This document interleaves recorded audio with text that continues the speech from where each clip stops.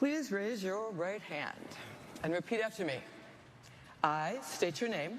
I, J.B. Pritzker, Do solemnly swear do solemnly swear that I will support the Constitution of the United States that I will support the Constitution of the United States and the Constitution of the State of Illinois, and the Constitution of the State of Illinois, and that I will faithfully discharge the duties and I will faithfully discharge the duties of the office of Governor of the office of Governor according to the best of my ability. according to the best of my ability. Congratulations, Governor. Thank you very much.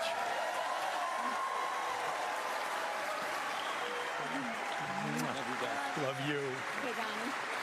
Let's put this one.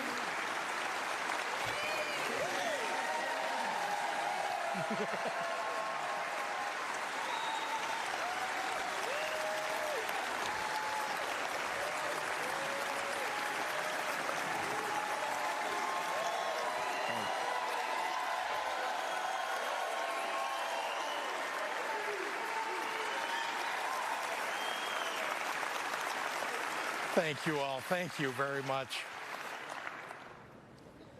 Well, during this last campaign over the last year, I drove all across the state, and I couldn't help but notice that people had put up some signs in their yards that said, "Fire Pritzker."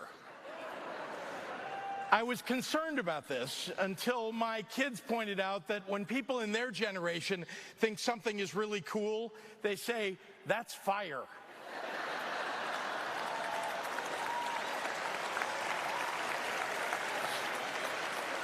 So I want to take this moment to thank everyone who put up those very encouraging signs.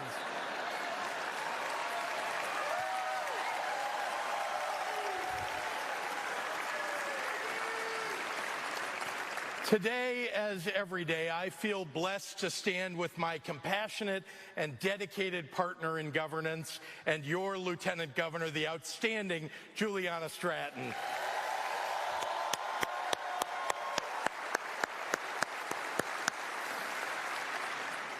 Officially retiring today is one of Illinois' finest leaders ever. His legacy stands as an example to everyone who aspires to serve the public interest. On behalf of the people of Illinois, please join me in giving thanks to our inimitable Secretary of State, Jesse White.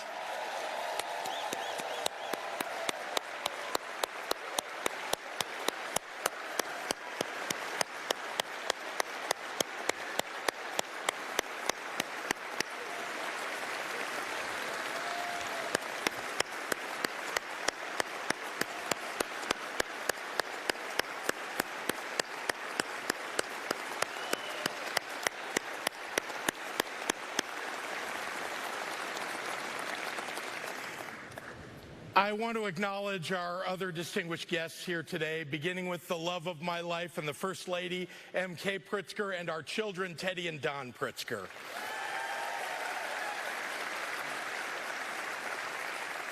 Chief Justice Mary Jane Tice, House Speaker Emanuel Chris Welch, Senate President Don Harmon, Leader Tony McCombie, Leader John Curran, Attorney General Kwame Raoul, Secretary of State-elect Alexi Giannoulias, Comptroller Susana Mendoza, Treasurer Mike Frericks,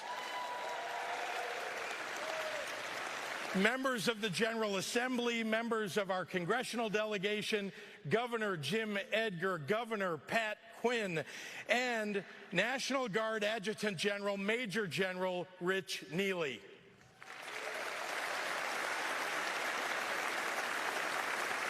To all of you, on behalf of the people of Illinois, thank you for your service and your sacrifice. Now, 4 years ago, I stood on this very stage and I laid out a vision for change in Illinois, one that was elevated by our shared hope for better days ahead and forged by a common belief that the smarts and hard work and the goodness of Illinoisans has always overcome adversity. Our hope was buttressed by the past resilience of our people who have survived wars and a Great Depression, 2 global pandemics, devastating tornadoes, fires, and floods, yet who have made this the birthplace of national movements for justice, advancements, world-renowned advancements in innovation, and cultural achievements second to none.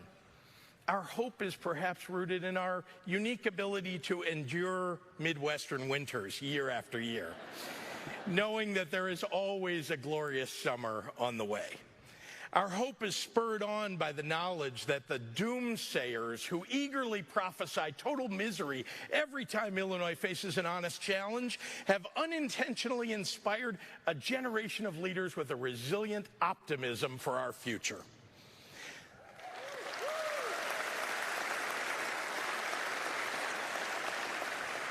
The hope we share, the hope I expressed at my first inauguration, was born of a truth lodged firmly in my heart, that Illinois has always stood at the intersection of American ambition and human resilience. And that combination is what has made this the greatest state in the Union.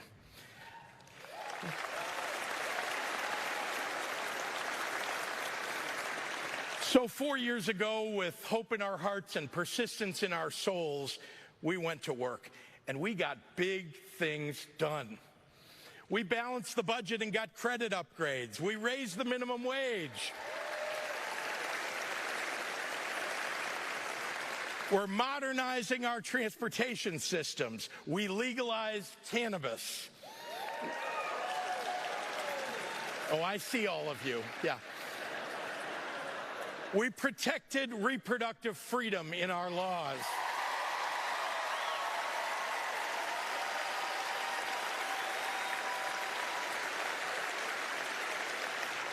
We took nation-leading climate action that's growing our energy production. We instituted nursing home reforms to increase staffing and safety. We saved taxpayers' money by consolidating pension systems and provided real middle-class tax relief to help families overcome inflation.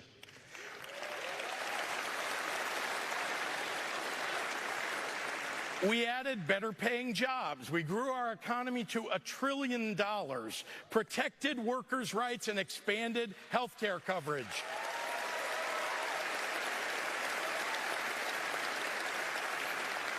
Amid a rise in intolerance and fascism throughout the United States, with increasing attacks on our most vulnerable populations, Illinois has decisively moved to protect civil rights, human rights, and voting rights by enshrining them directly in state statute.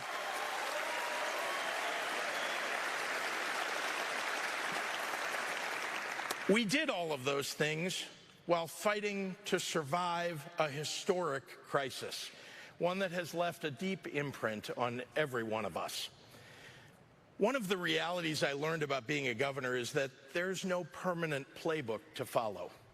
Every 4 years brings different challenges than the 4 years past. All that you can do is become a student of history and of the people who came before you, to try and learn from their victories and their defeats, their triumphs and their challenges. I've taken to learning from the words and actions of past governors, regardless of their political affiliations or leanings. Though, let's be honest, in Illinois, choosing which ones to learn from can be a challenge.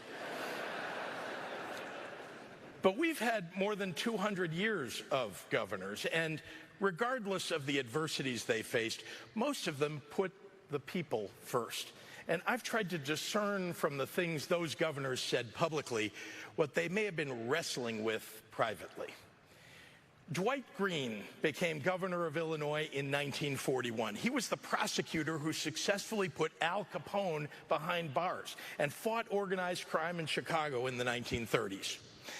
When he won the governorship, he was suddenly faced with leading one of the largest states during a time of global upheaval. His first inaugural address was given on January 13th, 1941, as a world war was raging on, but before the United States had been drawn in. Green's tone was somber but bullish. He said, "The political upheavals in Europe resulted when the people lost faith in the ability of their governments to meet their needs." Here in America, where the ideals and hopes of freedom still prevail, we must never permit the same tragic spirit of despair to overcome us.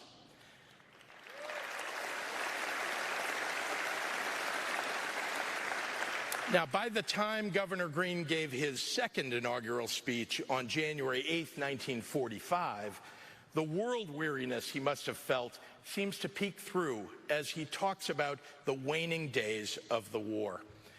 Throughout the decades, Illinois has written many illustrious pages into the history of our country. Now, in more than 3 tragic years of all-out warfare against the destroyers of freedom, our men and women have inscribed new and even more glorious chapters into the record of patriotism. By their incomparable bravery, they have sanctified the final victory. Now, I suspect that Governor Green, wrestling with the unbearable cost of a terrible conflict, was attempting to comfort his people in that second inaugural address, to express how deeply he felt the loss of the 18,601 Illinoisans who were killed during World War II. I think everyone here knows a little about that feeling of loss.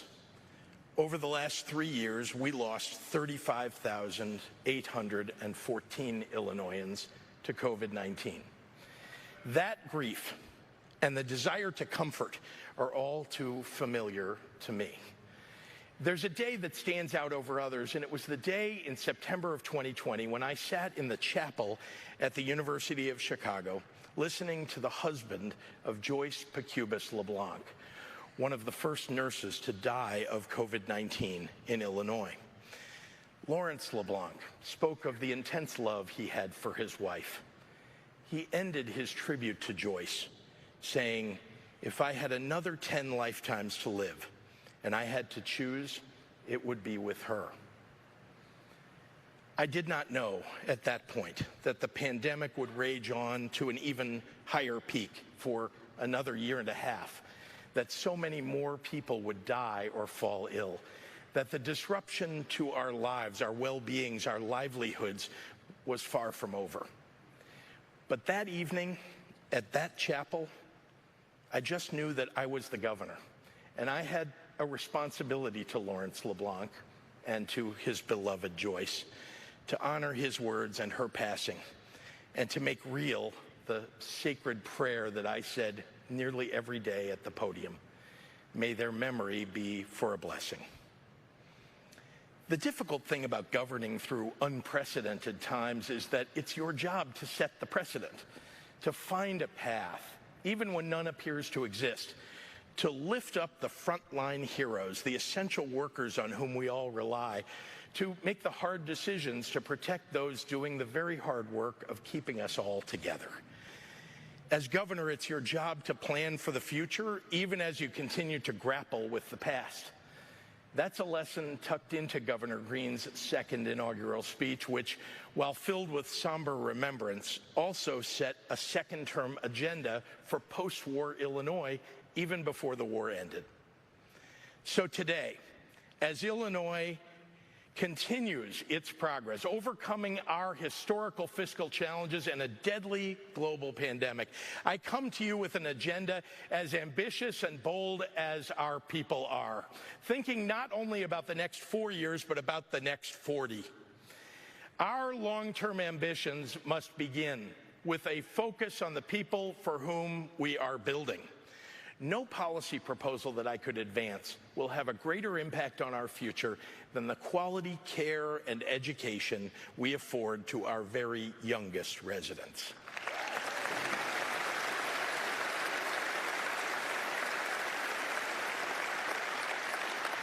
For more than 20 years before I became governor, I worked with national leaders and experts in early childhood development to make it a national policy priority. It's time for Illinois to lead.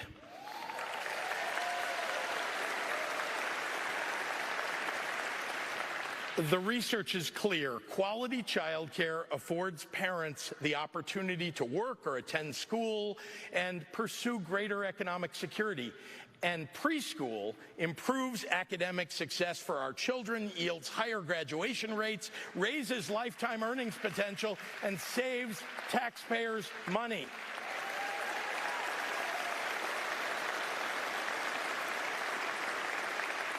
That's why I propose we go all in for our children and make preschool available to every family throughout the state.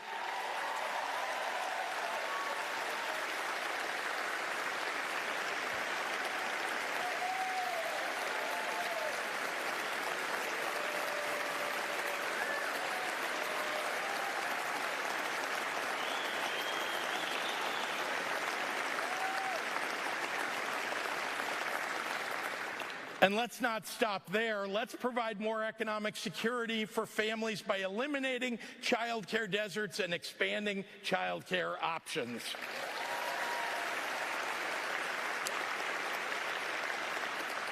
It's also our obligation to make college more affordable by removing financial barriers.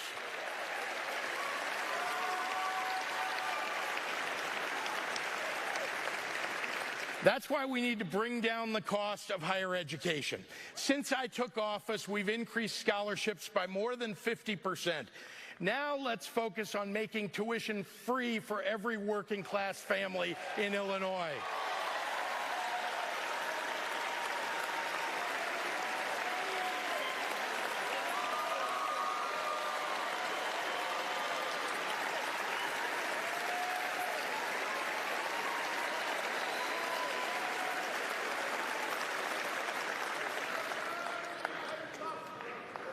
Of course, none of this matters if you can't afford a life-saving prescription or procedure. We already capped the cost of insulin, but we ought to continue making health care coverage more affordable and more widespread. Health care is a right, not a privilege.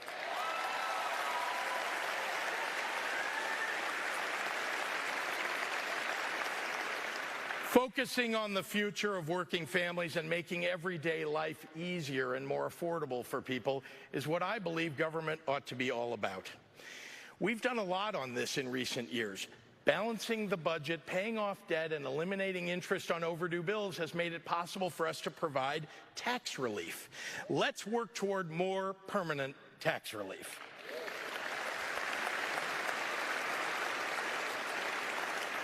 Improving our roads has saved hundreds of dollars a year for drivers, which matters even more when you know that one flat tire or one auto repair can lead to a genuine fiscal emergency or even the loss of a job for many people. Lifting up working families and children also means doing everything that we can to free them from the dangers of gun violence.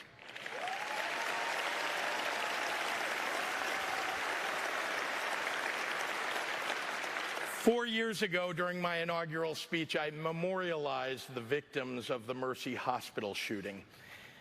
A few weeks after I took office in 2019, I stood with the people of Aurora after the Henry Pratt Company workplace shooting. And as we gather today, we acknowledge the victims of the Benito Juarez High School shooting just this past month. I'm tired of living in a world where a mass shooting needs a title so that you know which one we're referring to.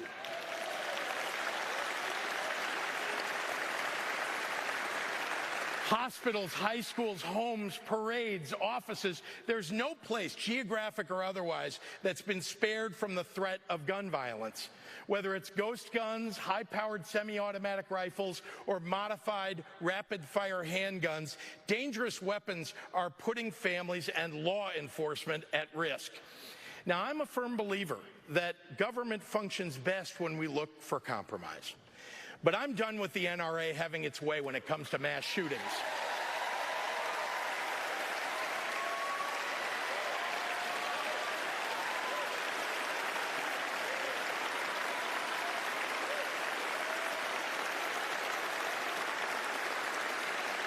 Why do we allow anyone to easily purchase a rapid-fire, high-capacity weapon that can kill dozens of unarmed people in under a minute? When I campaigned for re-election and promised to pass an assault weapons ban, 8 states already had one. Very soon, Illinois must be the 9th.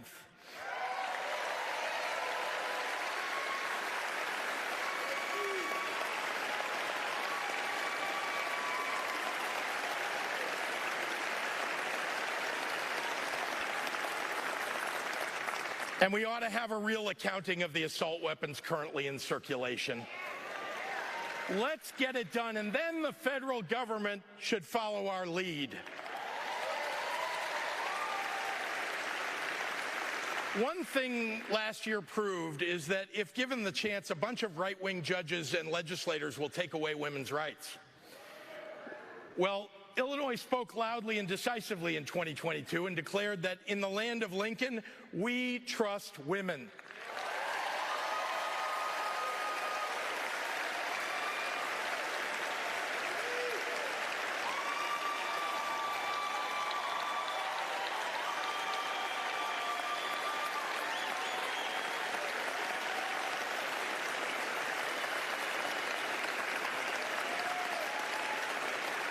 The right to privacy and bodily autonomy demand that we establish a constitutional protection for reproductive rights in Illinois. The extremists still want to take away a woman's right to choose, and I don't intend to let them. That's why, yet again, on women's rights, Illinois will lead.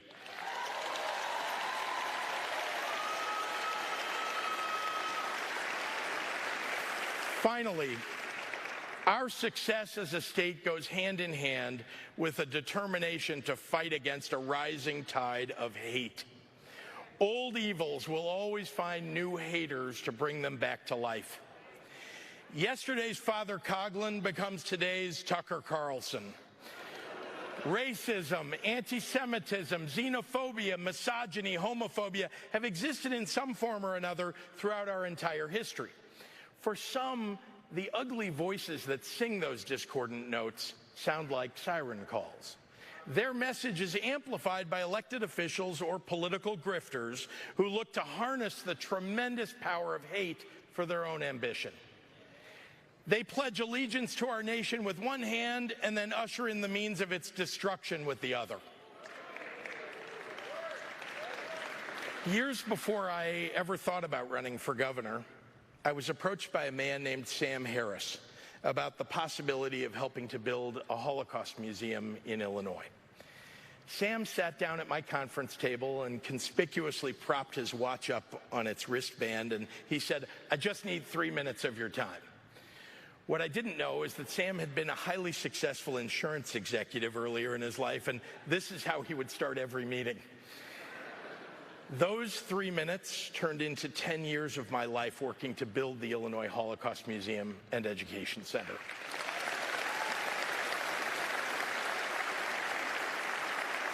But it was Sam's personal story that has had the most impact on me over time. You see, Sam is a Holocaust survivor himself.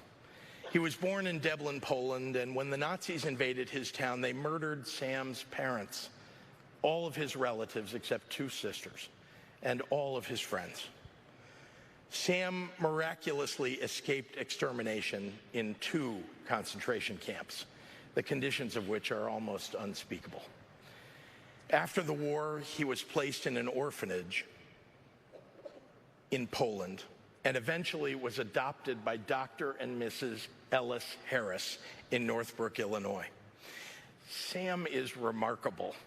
For nearly 30 years, he has traveled the country to tell his story, to impress upon people that when hatred and bigotry go unchecked, democracy will come to an end and even potentially lead to genocide. I've learned an awful lot from Sam, and I've realized that for my entire lifetime, progress has been made against bigotry and intolerance, but not anymore. None of us should ignore that our nation has slid noticeably backward, and dangerously so. Just in the last few years, we've seen gunmen killing dozens of Jewish and black parishioners while they prayed, swastikas spray-painted on Jewish grave markers, anti-vaxxers attacking Asian American seniors, vandalism and intimidation against Muslim Americans and the LGBTQ+ community. Hate crimes are increasing at an alarming rate. Sam's story reminds me today, as I start a second term as your governor, that the battles for freedom and democracy that Governor Green thought we had fought and won are being fought once again right here at home. That old evils must be faced head-on yet again by a new generation. But I bring hope to the battles ahead because time and time again, the people of Illinois prevail when challenges arise. The families of Taylorville didn't give up when a tornado wiped out 100 homes and 22 people were injured. They helped each other out, and the community came together to rebuild. When schools closed for 8 weeks in 2020, 300 volunteers from Lombard, Villa Park, and Oak Brook Terrace rode on a fleet of school buses and provided curbside delivery of 32,000 meals to 3,200 low-income children who would have otherwise gone without a meal. When food banks were facing shortages during the worst parts of the pandemic, Central Illinois farmers delivered tons of free produce. Hate needs two things to thrive: the sense of helplessness that fertilizes hopelessness, and the willingness of powerful people to cower in front of a lie. Illinois, we have power and we have hope, and a genuine goodness that is rooted in being the place in this country to which all people can come and live free. We must recognize that hate can wield enormous strength, but we must remember the fortitude with which we have always confronted it. Our history gives me hope and confidence that we will never falter. I'm honored to stand alongside you as we face the battles ahead together as one Illinois. God bless you. God bless the great state of Illinois, and God bless the United States of America. And there you have it, Governor Pritzker delivering his inaugural address in Springfield this afternoon. He took his oath of office for his second term just a short time ago. I want to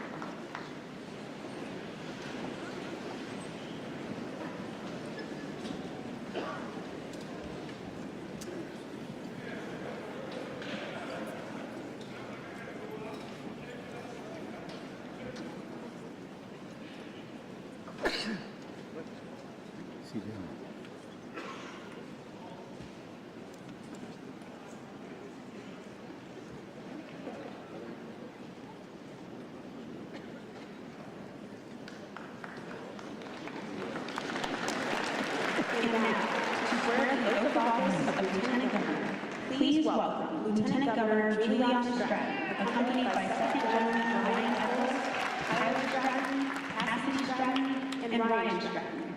The oath will be administered by the Honorable Fredrina M. Lyle.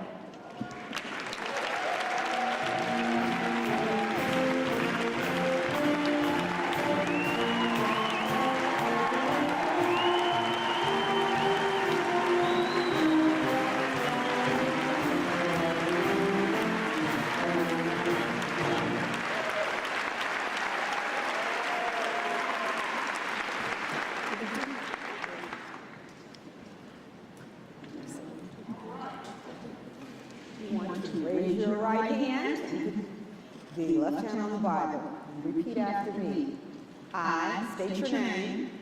I, Juliana Stratton, do solemnly affirm that I will support the Constitution,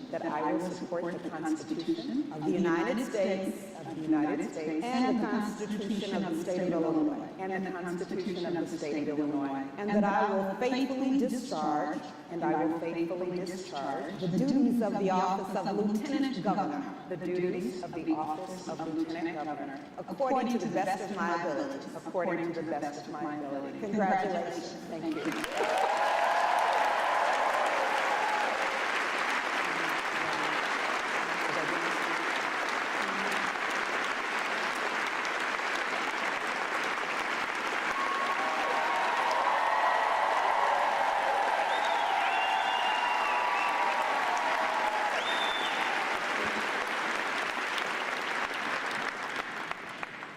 afternoon, and thank you all.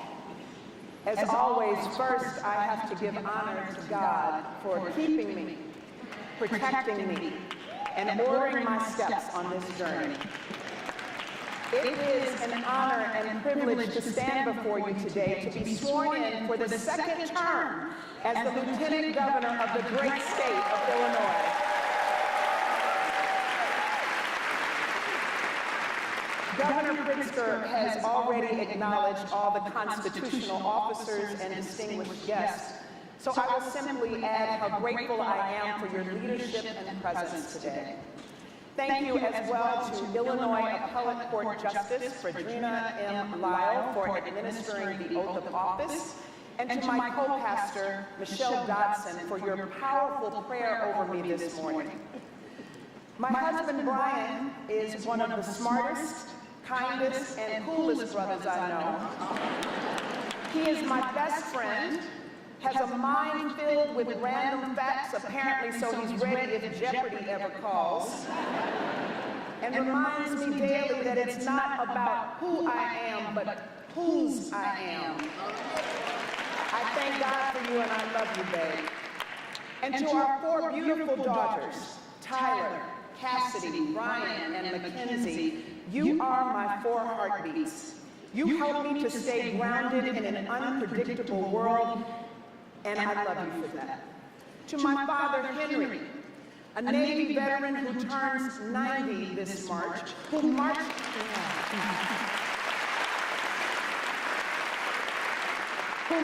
in Selma alongside Dr. King and the late John Lewis, and always taught me that there is never a time to be silent in the face of injustice.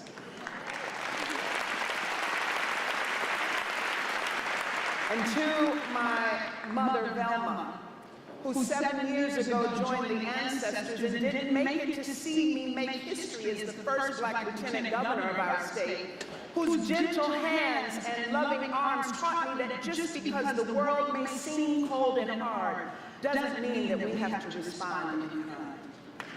Thank you both for raising me to be the strong woman that I am today. To the dedicated state employees and leaders in our administration, including the entire team in the office of the Lieutenant Governor, I so appreciate you. Thank you for making me a better public servant. And I also want to thank all of the election workers, volunteers, and voters who turned out in this election cycle to prove, when we needed to, that we don't take our democracy for granted.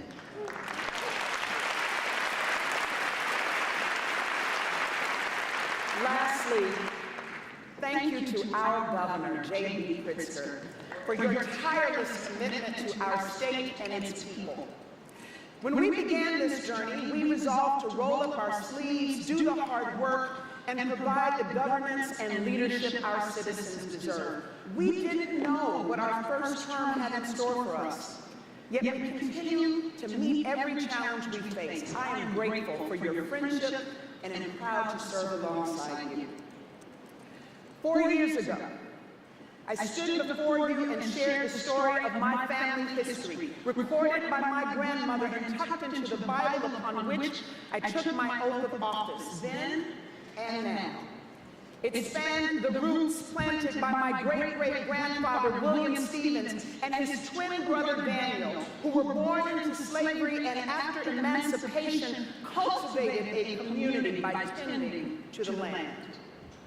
To the story of my maternal grandfather, Wilbur Slaughter, one of the early members of the Dearborn Realtists that fought for the right of every person, no matter their color, to become homeowners.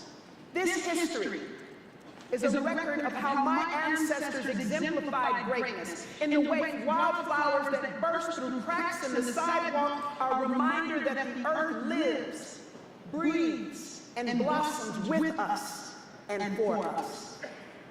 The story of my family is one of deep commitment to our communities and our fellow citizens. My ancestors understood the importance of being a part of something larger, something bigger than ourselves. This history that lives within me, that I carry in my DNA, shows me that even now as Lieutenant Governor, it's not just about what I do, but who I am and being who I am authentically and unapologetically.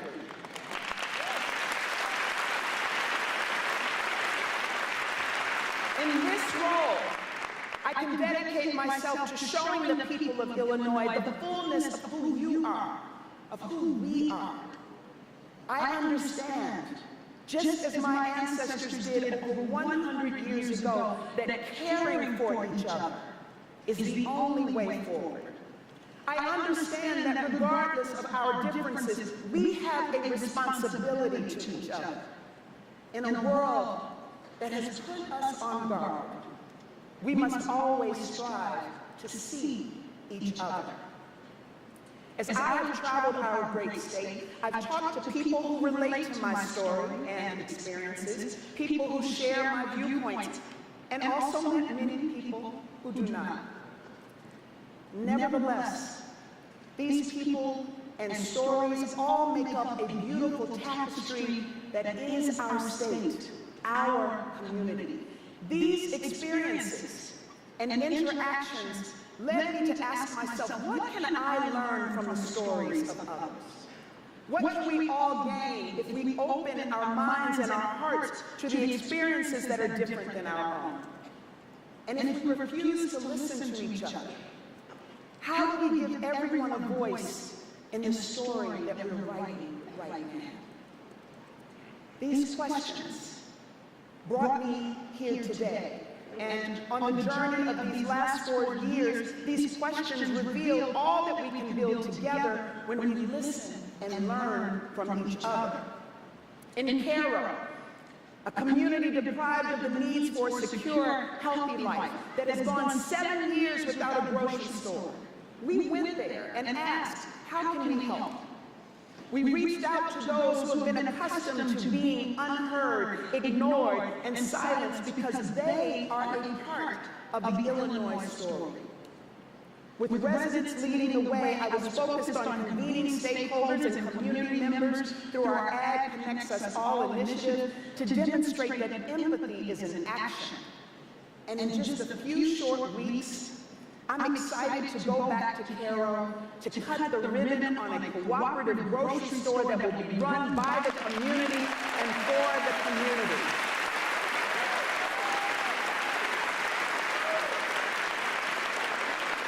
As chair of the Illinois Council on Women and Girls, we asked, how can we decide what's best for the girls in our state if they don't have an outlet to tell us what they need? And that's why we made space for them at the table. And we have now named the second round of 19 girls who will bring their diverse voices to advise us, the governor and the General Assembly, on supporting them and creating the safe spaces they need through the Girls Committee.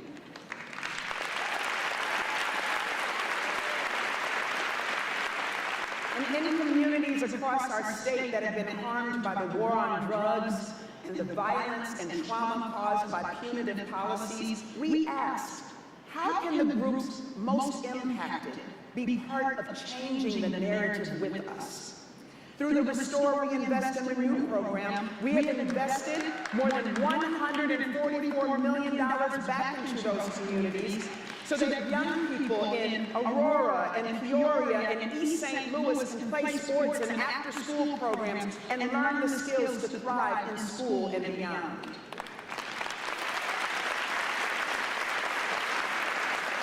On the R3 board that I chair, members of these communities in every corner of our state, including and especially those impacted by the justice system, have a seat beside me.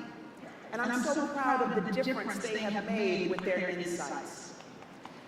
Our path forward is about understanding that the issues that matter to so many of us are not bound by geography, nor are the solutions contained to one person or one idea. From a student in Edwardsville who is studying to become a teacher to give back to their community by uplifting the next generation, to the daughter in Redbud who is caring for her mother with Alzheimer's, a story that I related to deeply, having cared for my own mother. We all have the power to build the future we want and deserve because we all have a voice. This is what I want for our state, for our community. It's more than an agenda. It's being what our state, our country, and our world needs us to be.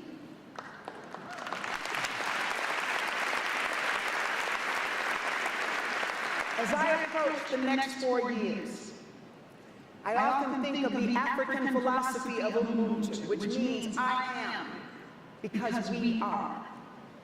We are each shaped by our relationships with each other. How we interact with each other should reflect our inherent human connectedness. Ubuntu communicates a spirit of togetherness and a willingness to work towards a common goal for the sake of our humanity. We can accomplish so much if we rise up and demonstrate the best of humanity. Know that your heartache in the face of strife, your hopes for your children, your faith in tomorrow. I listened to you as you shared these feelings with me, and I carried them with me every single day. These reflections into your resilience and perspectives have driven the work that we have done so far. And the work we have left to do is centered on bringing people together, creating opportunity for all, and carrying out a vision for Illinois that leaves no one behind.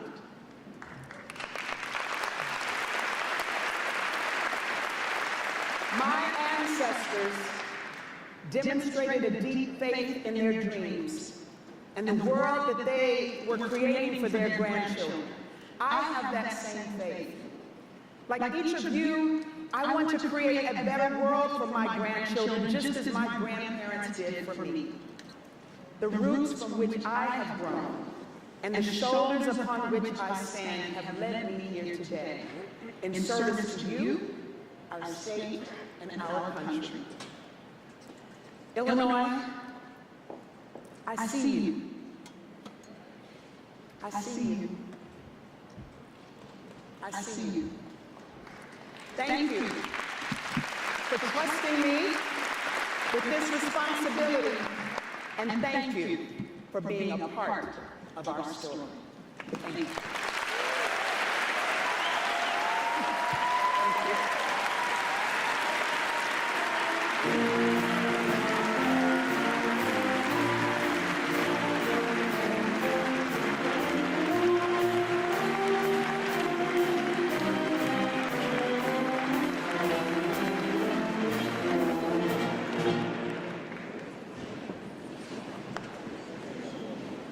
And now, to swear the oath of office of Attorney General, please welcome Attorney General Kwame Raoul, accompanied by Dr. Lisa Moore, Shay Raoul, John Moore, Sidney Jackson, and Reverend Dr. Otis Moss III. The oath will be administered by the Honorable Joy V. Cunningham.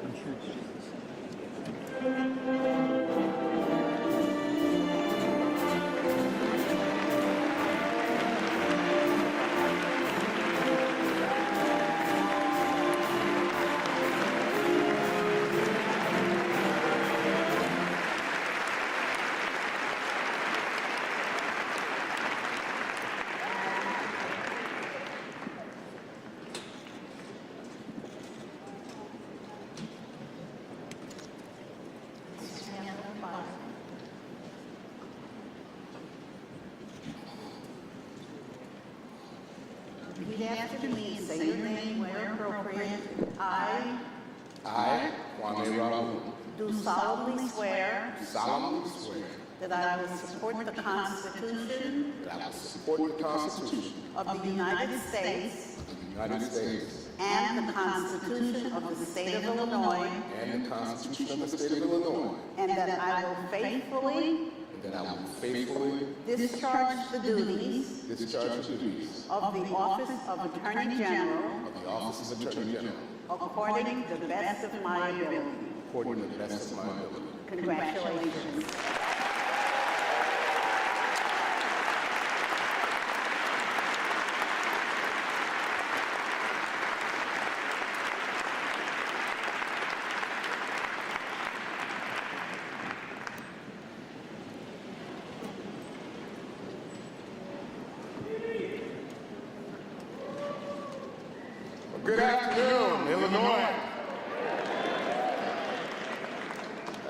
First, I would like to give thanks and honor to God for his mercy and his generosity.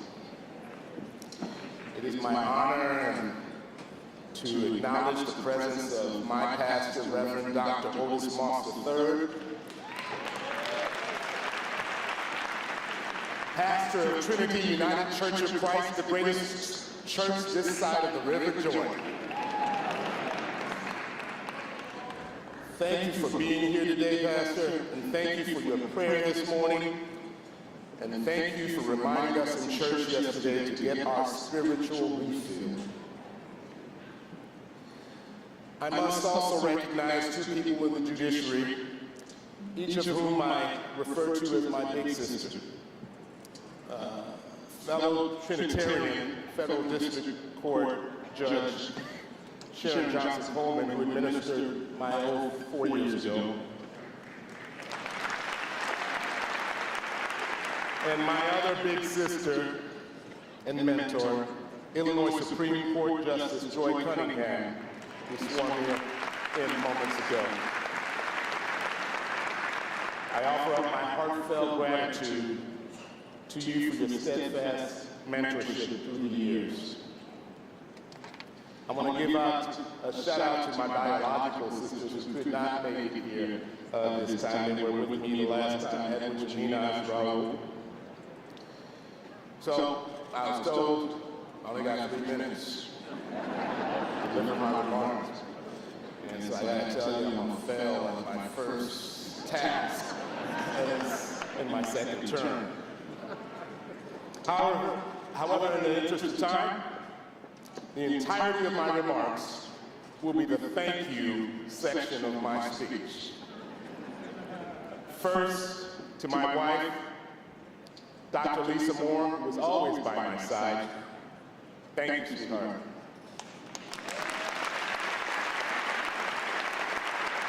I had the distinct honor of watching my wife be a true hero during our unprecedented pandemic.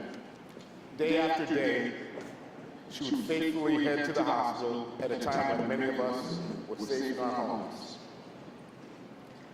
I watched her be a hero one night early in my first term while we were eating dinner at Gibson's. And she administered life-saving care to a woman who was choking on her steak on a table right next to us. She saved life, yes, but the real cool thing about it is now when I forget to make a reservation, we get into Gibson's anyway, not because I'm the AG, because she's a celebrity over there now. To my son, Che, who was unfortunately robbed of a college graduation ceremony when the pandemic hit, notwithstanding the fact that he had earned honors for his academic performance at Lake Forest College.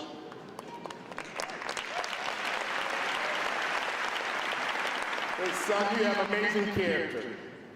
Che had the strength of character to quit his first job as a manager at a fulfillment center because he didn't support having to impose discipline quotas and unfair working conditions on his subordinates.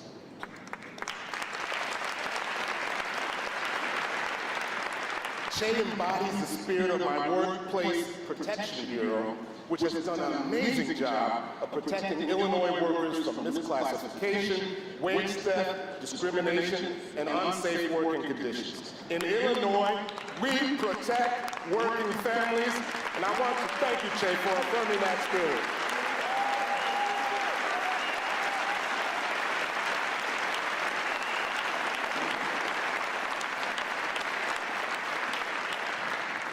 My daughter, Mizan, could not be here. She recently graduated from the University of Missouri and now desires to attend law school and become a public interest lawyer. Go figure. I was so pleased to drive into the state of Missouri to attend her graduation last year, but not as nearly happy as I was to drive out of Missouri and get her the hell out of a state that does not respect a woman's right to make decisions about her body.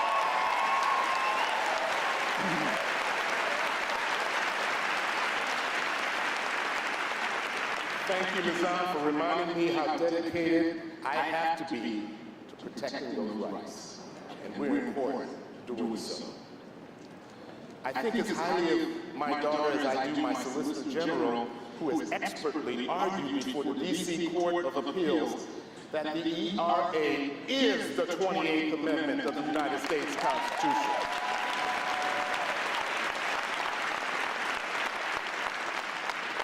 And when she's about to become a lawyer, I want my daughter to someday to be able to hold up her right hand and swear under oath to protect the Constitution of the United States of America. But I want that to be a Constitution that protects her as an equal.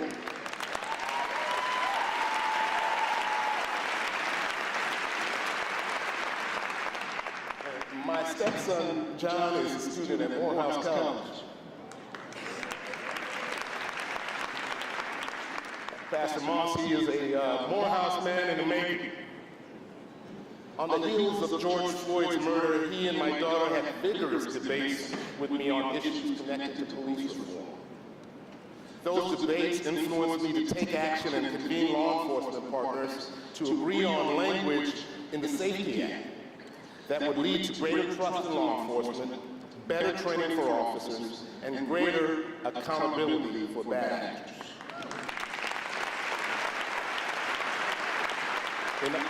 In other words, the Safety Act language enhances our ability to maintain constitutional and professional policing throughout the state of Illinois. I want to thank the chiefs of police, the sheriffs, and the state attorneys for coming to the table in good faith.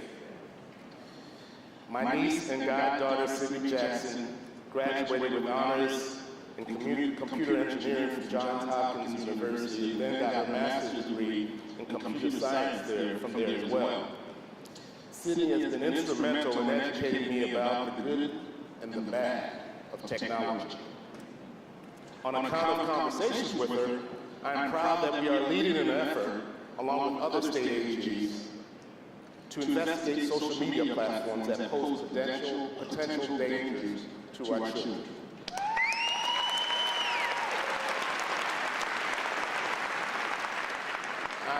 I'm also happy that our criminal team is investigating the criminal use of online platforms to monetize proceeds of organized retail crime for other criminal use. I was happy to attend Sydney's graduation a few years ago, and during that ceremony, the commencement speaker was Brian Stevens, and he delivered a powerful address. It turns out he's also her brother's commencement speaker 2 years later. He said that there is a justice deficit in this country. He said, we have a criminal justice system that will treat you better if you are rich and guilty than if you are poor and innocent.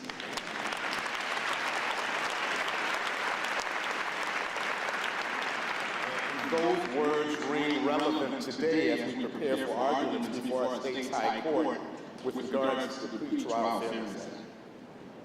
Consistent with our constitutional presumption of innocence, we should not hold people in jail simply because they are poor.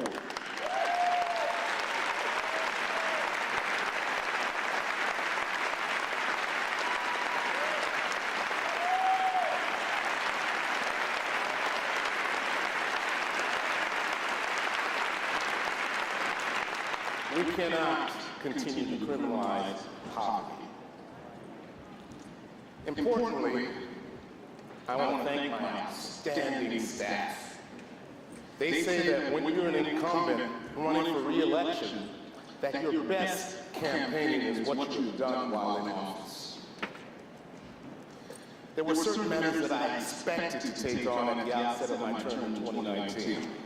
I knew we had to begin the implementation stage of the consent decree with the Chicago Police Department and work towards a model of constitutional policing. I knew we had to continue work on behalf of the survivors of abuse in the Catholic Church. I knew we had to continue protecting communities from sexually violent people, and I knew we would have to protect consumers from fraud, price gouging, the opioid crisis, and predatory student loans. And I knew we would have to fight policies that were put in place by the incumbent president at the time that I was sworn in. Many of those policies threatened environmental protections, health care access, some encouraged inhumane treatment of immigrants, and some violated the rights of the LGBT community. I also knew we had to fight the rise in hate. My staff has risen to the task on all these things expected. But I've got to tell you that what impressed me most about my staff was their ability to take on all of the things that were unexpected. I did not expect that we would be partnering with other state agencies and other lawyers nationally to literally save our democracy.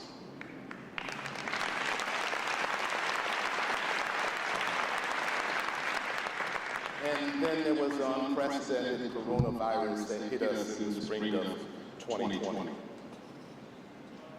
Our Workplace Rights Bureau had to rise to the occasion to protect those whom we learned to call essential workers from unsafe working conditions.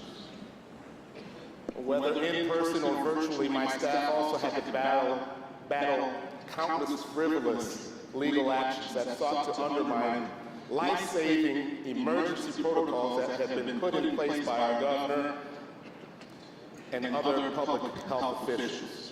Policies which have demonstrably saved lives in the state of Illinois as compared to surrounding states that were more lax. Yeah, you can clap. We were forced into this predicament while working from remote locations, which meant we were heavily reliant on technology. We certainly did not expect at that moment for our office to be hit by a crippling cyber attack. I'm proud to say that the ransomware attack did not stop my staff's work.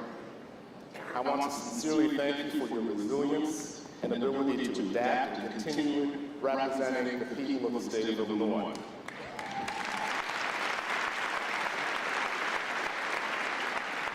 I'm also proud of the relationships we built with our law enforcement partners. We are one team. Notwithstanding the fact that I joke that I'm currently the favorite defendant of about 65 state attorneys, I think it's important for the public to know that we've enjoyed a good history of working together. I work closely with state attorneys throughout Illinois on the opioid crisis, prosecuting murder, violent crime, and sophisticated criminal schemes like organized retail crime. And I'm thankful for partnerships with prosecutors and law enforcement from federal, state, and local levels. I want to recognize and thank U.S. Attorney Greg Harris, who I believe is here today, for allowing our office to partner with his to fight violent crime and also protect children from online child predators.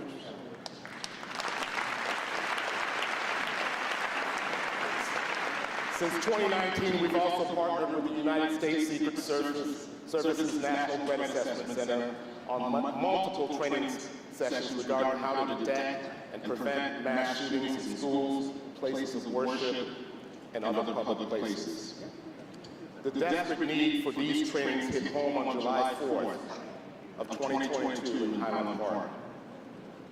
One of our own prosecutors and his wife were wounded during that shooting.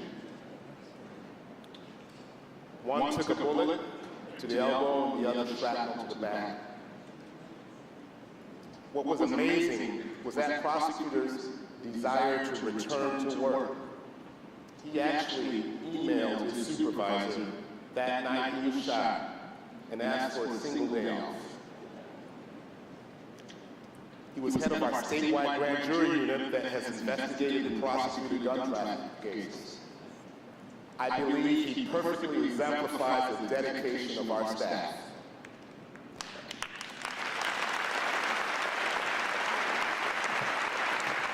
As I reflect on the Highland Park shooting, I can't help but reflect on the two other mass shootings that took place mere weeks later. One mass shooting was in Washington Park on the south side of Chicago, a block away from where I raised my children. The other in Garfield Park on Chicago's west side. Neither of those mass shootings received the same level of media attention as Highland Park. As a matter of fact, it wasn't really until recently we started referring to such shootings as mass shootings.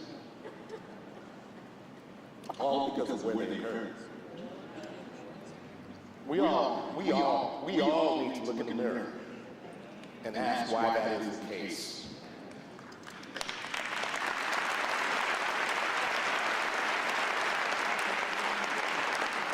Illinois and the nation were traumatized by the horrific event that struck Highland Park. People, including myself, were rightfully shocked that such an extreme violence had visited a place like Highland Park. But there should be no neighborhood where we expect gun violence to hit.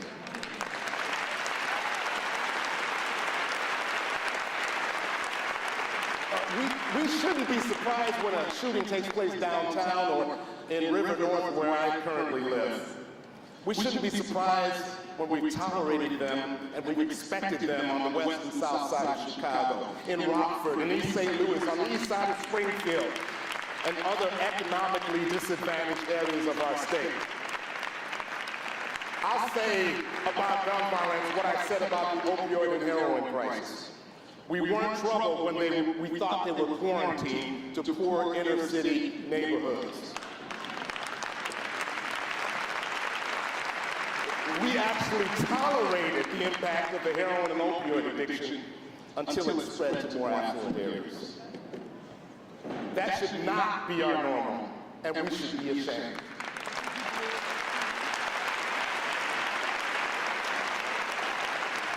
Now, I know I went long, and I apologize to my constitutional officers, but my final thank you is to someone not here today, my mother. My mom was a praying woman and a devout Catholic from Haiti. My mother made her transition months after I began my first term. She gave me my middle name, Eve. I had always assumed that I'd been given the name of a distant relative.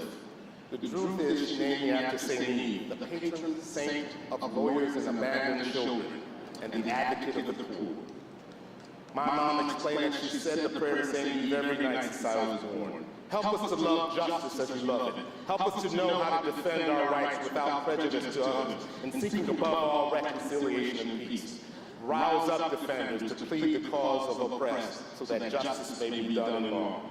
I view that as my responsibility as Attorney General, to serve the abandoned children. And in Illinois, we have abandoned our children. Gun violence has surpassed auto accidents as the #1 killer of children. I'm asking our legislature to give me the power. Give me the power to go after those in the industry on behalf of our children who we've abandoned.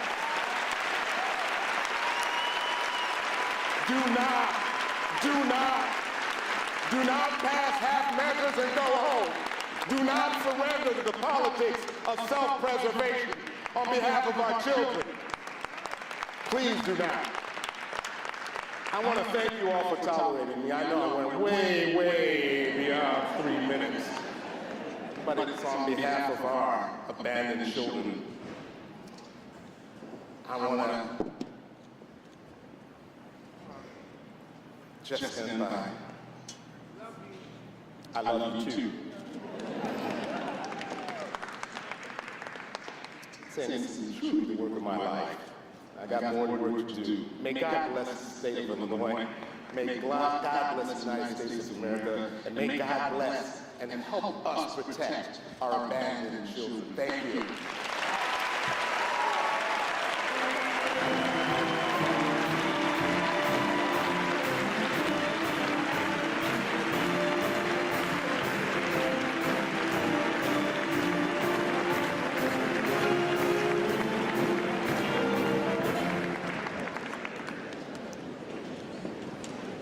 And now, to swear the oath of office of Secretary of State, please welcome Secretary of State-elect Alexander Julius, accompanied by Josephine Julius, Anna Julius, Sophia Julius, and Alexia Julius. The oath will be administered by the Honorable Joy B. Cunningham.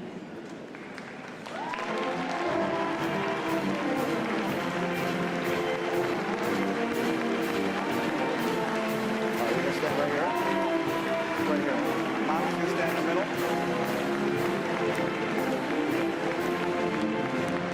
Move back a little bit. Place your hand on the Bible. Your right hand. Right And repeat after me and state your name where appropriate. I I, Alexander Julius, do solemnly swear do solemnly swear that I will support the Constitution that I will support the Constitution of the United States of the United States and the Constitution and the Constitution of the State of Illinois, of the State of Illinois, and that I will faithfully discharge the duties and that I will faithfully discharge the duties of the office of the office of Secretary of State of Secretary of State according to the best of my ability. according to the best of my ability. Congratulations.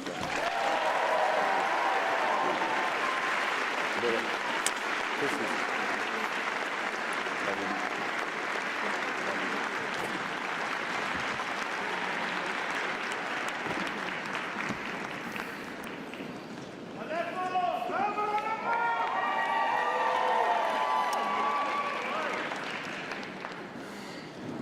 Thank you. Thank you, Governor Pritzker. Thank you, my fellow constitutional officers, and to the people of the great state of Illinois. I also want to thank my amazingly selfless wife, Josephine, for being the light of my life. My three little honey girls who you just had a chance to meet, Anna, Sophia, and Alexia. My mom, my brothers, and their families, and all families and friends that came down here, and all the Greeks that apparently came down from Chicago. Thank you so much. There have been some long speeches, so I'll try and be kind of brief here today. I do want to take a second to especially recognize one man in particular for his years of public service to our great state. Please join me in thanking the legend passing me the baton, my very good friend, Secretary of State Jesse White.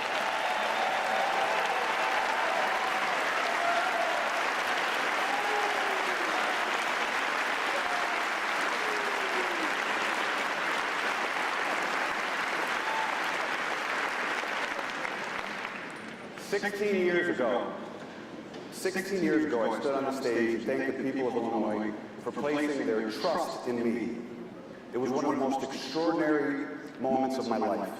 My heart was filled with optimism, energy, and enthusiasm for being allowed the honor of serving my state. And I feel those exact same emotions today. But I feel another emotion today, one that comes from the experience of having served the people of Illinois. Responsibility. The people of Illinois have placed an enormous amount of trust in me, in all of us. You trust us to help realize your greatest hopes, and you trust us to keep some of your greatest fears from coming to pass. Today, more than ever, I appreciate the awesome responsibility of being a steward of your trust, especially now when so many people have been disheartened and have lost faith in the politics of our time. After all, think of what has happened to our nation since I last served 12 years ago. A violent and deadly insurrection on our capital. A failure to keep our children safe in their classrooms and our streets from gun violence. A dangerous turning back of the clock on a woman's right to choose. An inability to put a dent in the most pressing issue of our time, climate change. And a dangerous assault on voting rights and the emergence of the once unimaginable concept that individuals don't have to accept the results of an election if they disagree with them. Together, today, We gather to honor the sacred results of the democratic process whereby government is chosen by the governed. Not since, yes. Not since the earliest days of our nation do we fully appreciate the importance of what we're doing today. We celebrate here today a new chapter in Illinois, but we also celebrate our time-honored system of a peaceful, respectful transfer of power and the sanctity of your vote.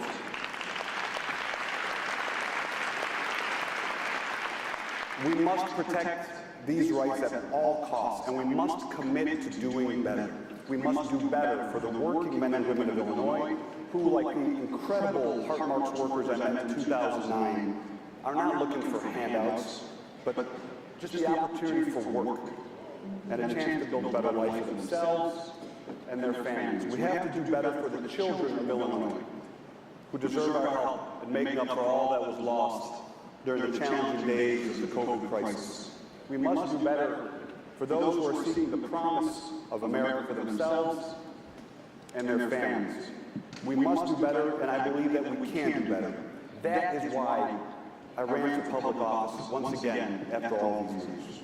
After watching all these developments that have undermined trust in our democracy, I realized that expressing outrage on Twitter and on the ballot box wasn't enough anymore. I remembered the lesson that my parents taught me growing up, that there are two types of people in this world. One that sees a problem and sits back on their couch and complains about it. The other that gets up and does something about it. Well, I'm getting up and doing something about the problems we all face because I want to fight. I want to fight for this state and this country which I love so very much. And I want to show, thank you. And I want to show my three little girls that in life, service to a greater good is something, I cry when I talk about my kids. Service to a greater good is something that everyone must strive for, but especially to those who much has been given.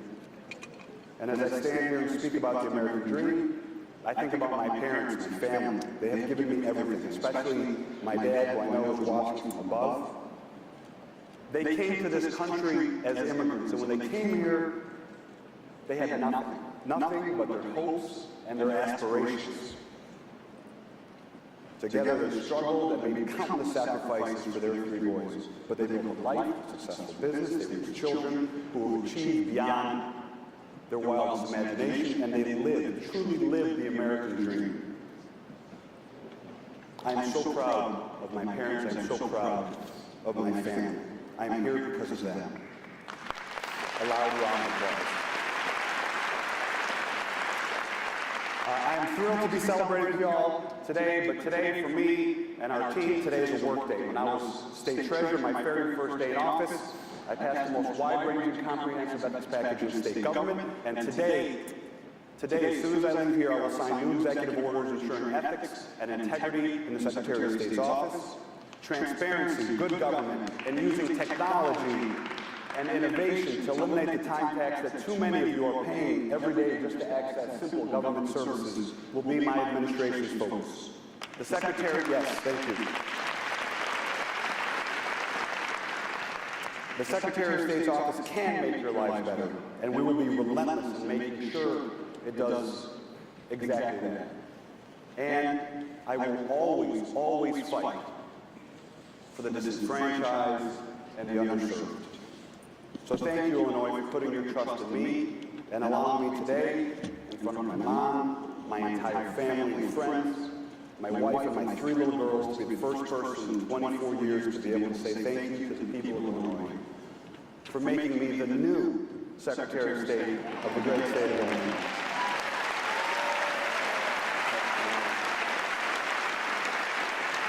And as I promised you 16 years ago, when I was a 30-year-old kid up on this stage, I will always fight for you. And I will never, ever let you down. God bless you, God bless the United States of America, and God bless the people of Illinois. Thank you so much.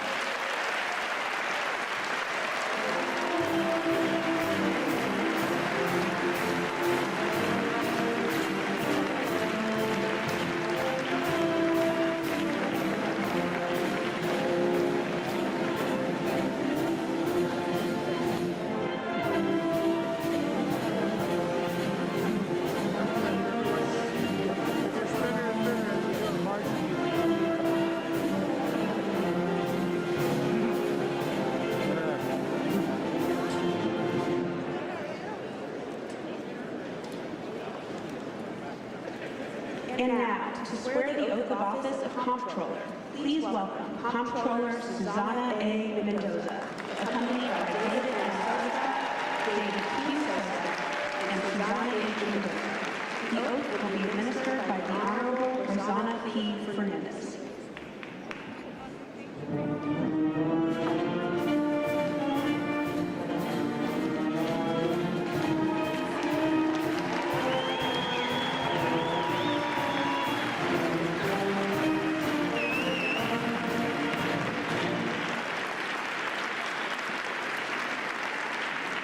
Usted se va a parar aquí en esta.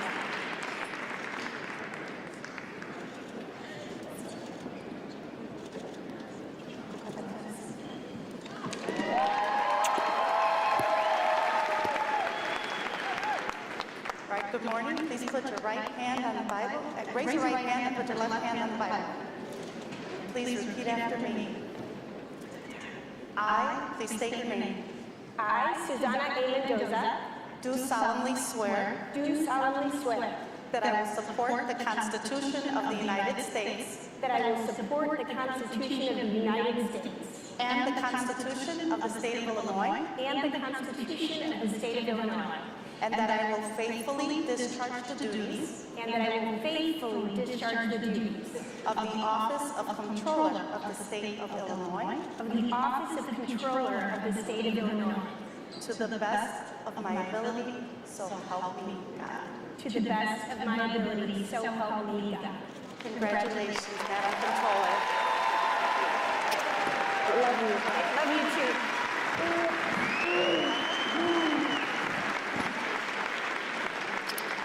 Love you, honey.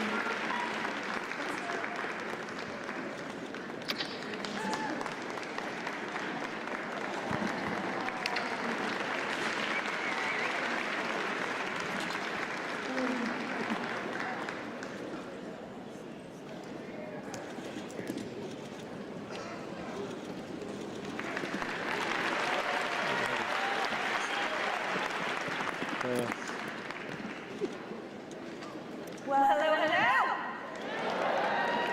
Muy buenas tardes. Good afternoon, Illinois. And I want to start by thanking God, as so many others have done before me, for the many, many blessings in my life, including this very special moment right now with all of you. Thank you to the Honorable Rosanna Patricia Fernandez for swearing me into my third term as your Illinois State Controller.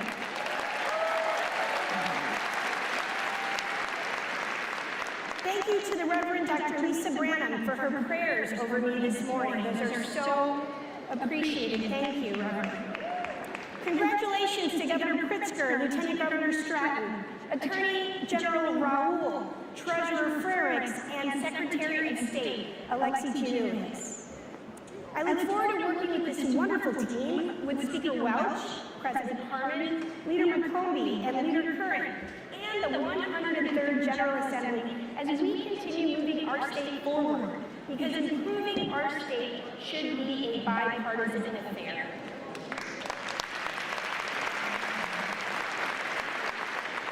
I want to thank my amazing family.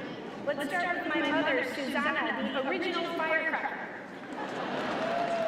My godmother, Maria, and my in-laws, Ed and Helene Sostak, who I think are right over there, yes. Thank you for being here. My greatest blessing, our 9-year-old son, David, who's honestly excited to be missing school today. But let's be honest, what a great civic lesson to see his mom being sworn in for another term, right? I'm so proud of my son, David, and I am so happy and blessed to be his mom. My most important thank you goes to the unsung hero in my success as your controller, the yin to my yang, my husband, David. He is my anchor. He truly is. He's my anchor. He's my #1 advisor, my best friend. He's my rock, and he inspires me every day. And let's be honest, he is very easy on the eyes. I love you so much, honey.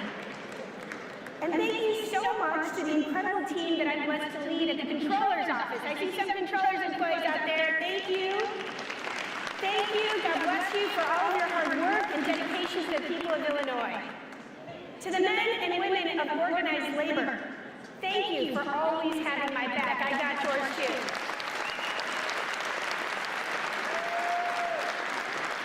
And to my beloved voters of Illinois, thank you so much from the bottom of my heart for choosing me to serve another term as your Illinois State Controller. I am deeply humbled and grateful for your overwhelming support. A few years ago, at the Illinois State Fair, the one and only Secretary of State, Jesse White, pulled me aside and he said, "Hey, Suzanne, come here. You want to know how to become the #1 vote getter in the state of Illinois?" Now, of course, I wanted to hear the secret from the only statewide elected official to ever win all 102 counties in the state of Illinois. The man right there. He looked me in the eye, you'll remember this, Secretary, and what he told me, this was a secret, he said, "You show up. You show up." Said, when someone tells you that it's not worth your time to travel 6 hours to an event where only 10 people show up, you show up anyway.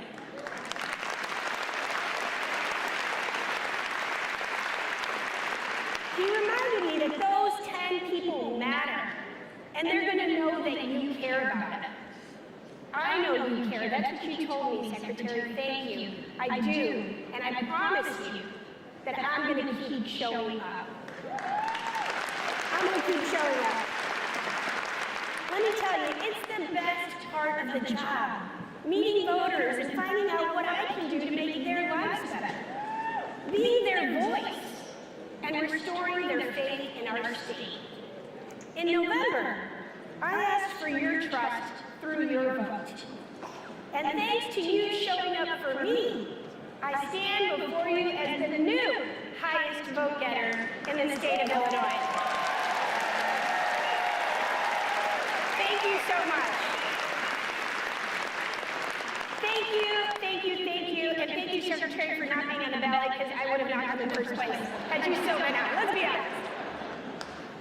But thank you also, Secretary, for your years of selfless dedication to our state, for your friendship, and for your advice. And I promise, as I've already said, to always show up for Illinois the way you have done so beautifully for your entire career. Thank you.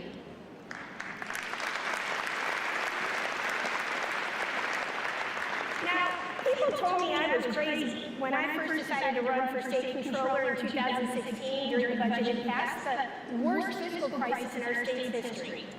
Our bill backlog had peaked at $16.7 billion of unpaid bills. Our rainy day fund was non-existent, with less than $60,000 in it.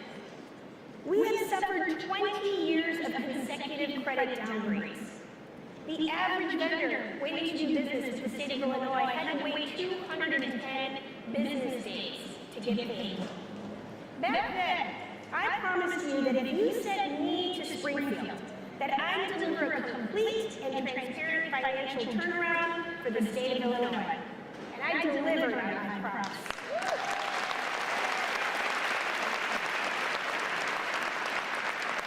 No more bill backlog. It's gone. And I paid it down before receiving a penny of federal ARPA stimulus dollars.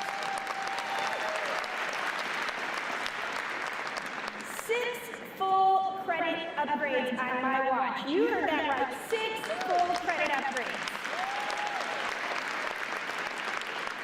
A record high rainy day fund of over $1 billion and growing. This is great news. In fact, last night, the General Assembly approved an additional $850 million more towards our rainy day fund. We are on a roll.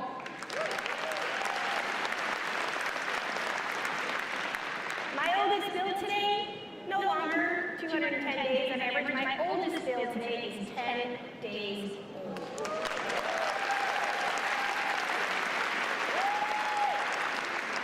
When people say, you should run government like a business, I say, how about we run it better than a business? That's what I'm proving we can do here in the state of Illinois. All of my hard work to help people and fix our state's finances, it's to get Illinois ready for its growth spurt. And we're ready because Illinois is the beating heart of this nation. From the bustling streets of Chicago to the expansive farmland of rural Illinois, to southern Illinois towns like Cairo, where we're fighting to bring that Riverport project to life. And we get things done when we all pull together. We want to be the state that people look at to consider how to build their wealth, grow their families, and grow their businesses. I love Illinois with all of my heart. For those of you who voted for me, thank you for trusting me with another term as your controller. For those who didn't vote for me, know that I will work as passionately for you as I will for my own family. After all, Illinois is my heart, and each and every one of you, regardless of your party preference, is in my heart. I will work hard to earn and keep your trust. Lastly, I want to make a promise to my son David, and to all of the Illinois children.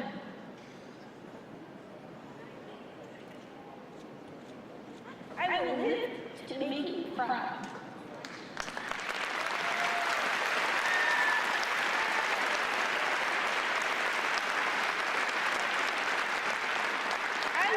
And I will approach my new term with an eye on the endless possibilities for our state, our beautiful state, through the excited and hopeful eyes of my child, and with the children of Illinois front and center in my thoughts and in my heart. Illinois' future is bright, and so is yours. I see you right there, Lucas. I'm talking to you, buddy. And all the other kids, I will do my part to leave you a state that you can be proud of, with endless possibilities for your future. It is my honor to serve you all. Thank you, and may God bless you and keep you. Que Dios me los bendiga y me los cuide para siempre.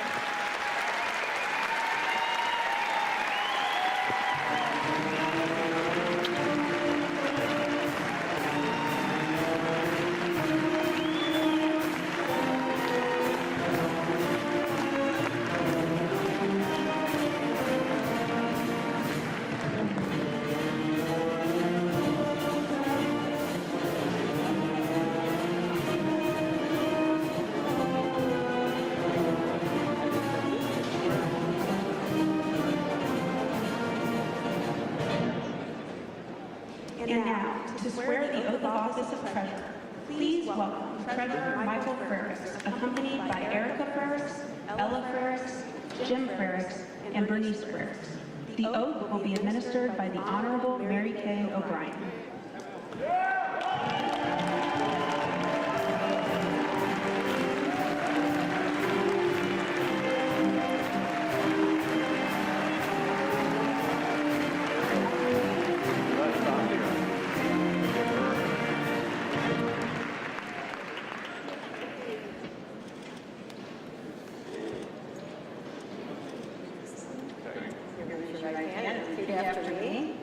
I state your name. I, Michael Frericks, Do solemnly swear. do solemnly swear That I will support the Constitution of the United States. that I will support the Constitution of the United States And the Constitution of the State of Illinois.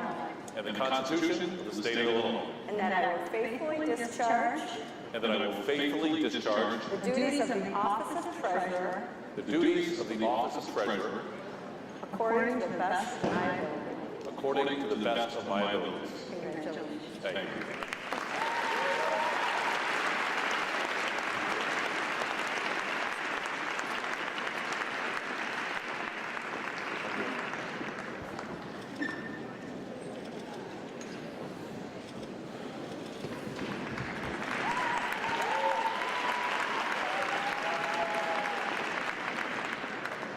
Good afternoon.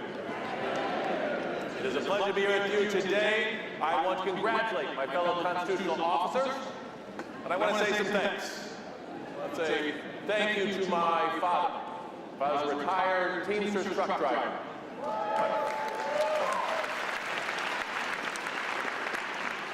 My mother is a retired AFSCME secretary from the University of Illinois, and they raised me with a set of beliefs that have shaped who I am.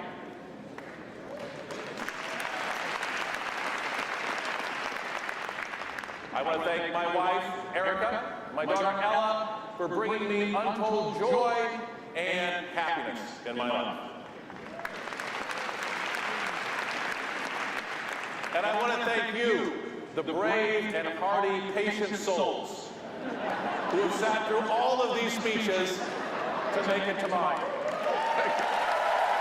Thank you.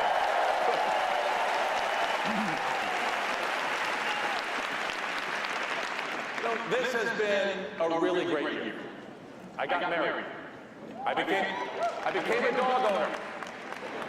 I got reelected. A lot of my friends got reelected. We passed the Workers' Rights Amendment.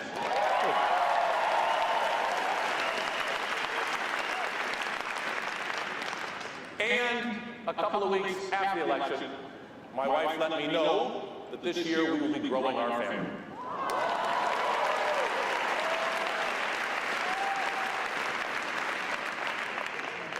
I'd like to say this 2022 was an exceptional year, with the exception of the last month. See, 1 month ago, on December 9th, State Senator Scott Bennett passed away. The Senate lost a hilarious and hardworking cop. His young family lost a devoted and loving husband. And I lost a true friend. And for those who know me in politics, I try to be optimistic.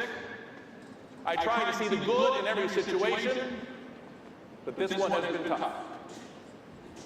The only real good I can find is it brought home to me that none of us are guaranteed a tomorrow, and that we should make the most of the days we have.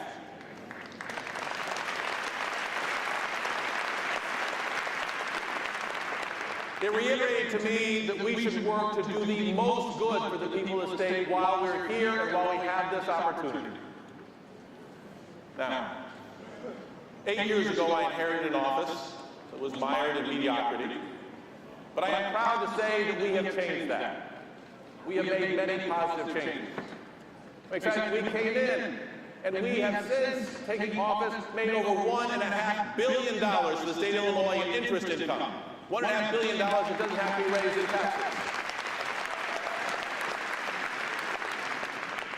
The year before I came in, we helped municipalities and local units of government save and invest money. They made $50,000 in that year. Today, we are making $2 million per day.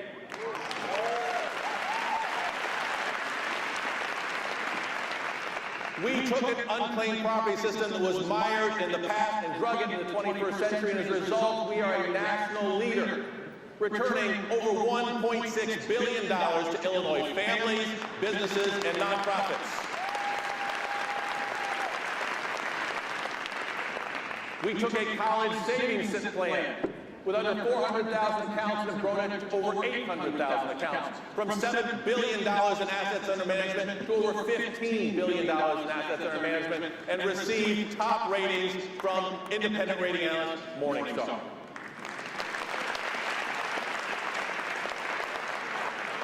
We didn't stop there. We set up a new savings program to help people save for their retirement, so that more Illinoisans can enjoy their golden years and have a retirement with dignity.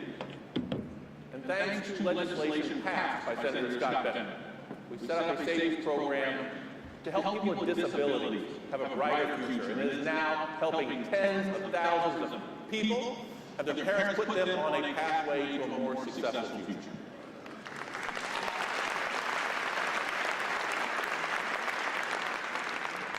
But it's another legislative fight that Senator Bennett engaged in that I want to talk a little bit about today. See, there was a coal-fired power plant in his district that had been dumping toxic coal ash into pits next to a national scenic river. Now, that company did that, and it was a way to save money. I'm sure at some point in the past, some CEO making that decision helped to boost their profits by doing it this way. But what happened was, years down the road, there were costs to pay. And that company has to pay millions and millions of dollars. Now, these are risks based on decisions that companies are making. And as the chief investment officer, when we are investing funds for college savings, for retirement. We are long-term investors. We want to know about those risks so that we can make informed decisions about our investments. We have been doing that for the last 8 years. We've been engaging with corporations, we've been voting our proxies, we've been pushing them to do right for the long term. See, when you treat your workers poorly, when you slash their wages or cut their benefits, when you create unsafe work conditions, that may actually save you money in the short term and may get you a nice bonus that year. But we know that in the long term, you're going to lose human capital. You're going to have less productive employees, and you're going to risk them striking, which will ultimately cost your company money.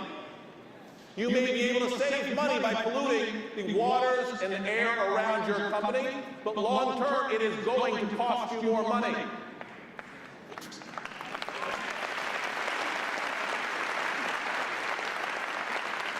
And we also know that if you look at the great diversity of our state, and you welcome them all into your companies and onto your boards, you will benefit. Research has shown you will be more productive.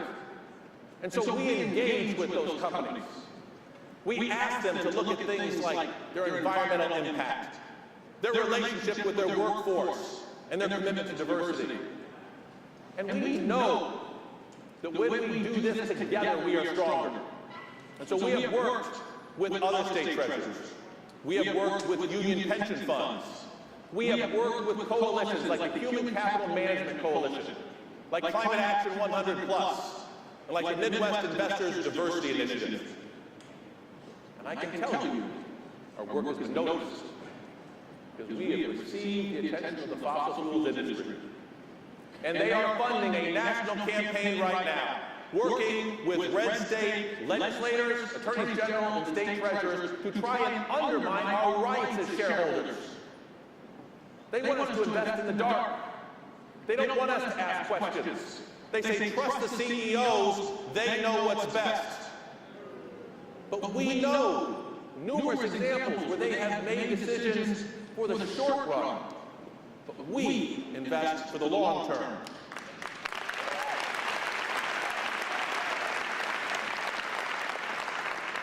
When politicians in Texas and in Florida and in West Virginia try and take away our rights as state treasurers, as rights as investors, to be responsible in our investments, we will fight back.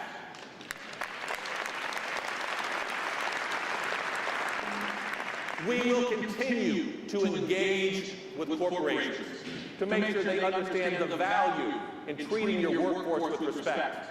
They understand the value of treating the environment with dignity.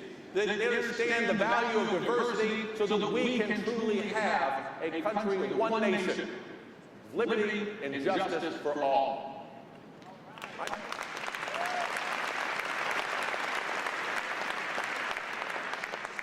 I don't know how many tomorrows I have, but I know that you gave me 4 more years.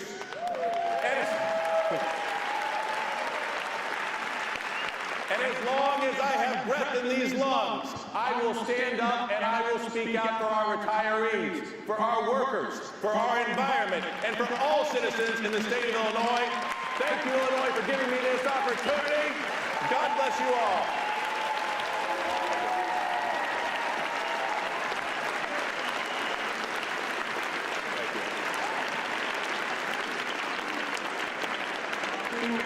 To perform I Sing Because I'm Happy, the Southern Illinois Children's Reunion Choir, accompanied by Michael Arthur.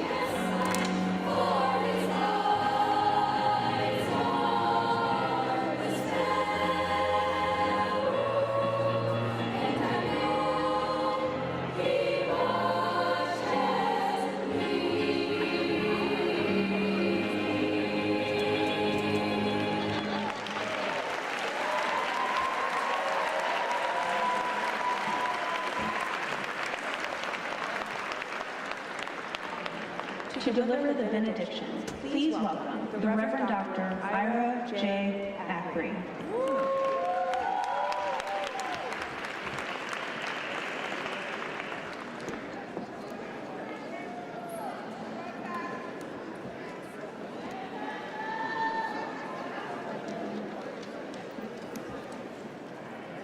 All stand. Let us pray. Most holy and everlasting God, as we depart both individually and collectively from this sacred gathering within the capital of our great state, we pray, dear God, for the covering and courage of those who sit in the seats of power.